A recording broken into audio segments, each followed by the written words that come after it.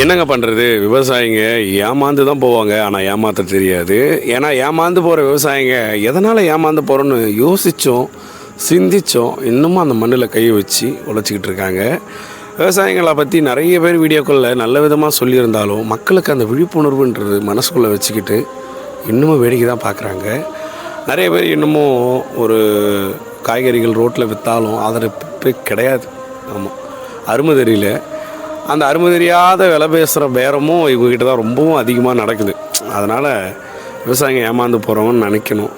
ஏன்னா அவங்க நினச்சிட்டாங்க. இருந்தாலும் நீங்கள் நல்லா இருக்கணும்னு இன்னமும் சேத்துலேயும் கையை வச்சுக்கிட்டு சொந்த ஊரை விட்டு போகாமல் இன்றைக்கி ஒரு நாளைக்கு 1200 வருமானம் இருந்தும் எனக்கு கிடைக்கிற 115 ரூபா வருமானமே போதுன்னு 4 மாதம் சொந்த காசை எடுத்து போட்டு நெல் அறுவடை பண்ணி எல்லாரையும் வாழ வச்சு என் பாக்கெட்டை தொட்டு பார்க்கும்போது நான் போட்ட அசலும் இல்லை, எனக்கு லாபமும் இல்லைன்னு இன்னமும் மண்டையை குழப்பிகிட்டு இருக்கேன். விவசாயிங்களுக்கு பற்றி உங்கள் கருத்து கமெண்ட்டில் சொல்லுங்கள்.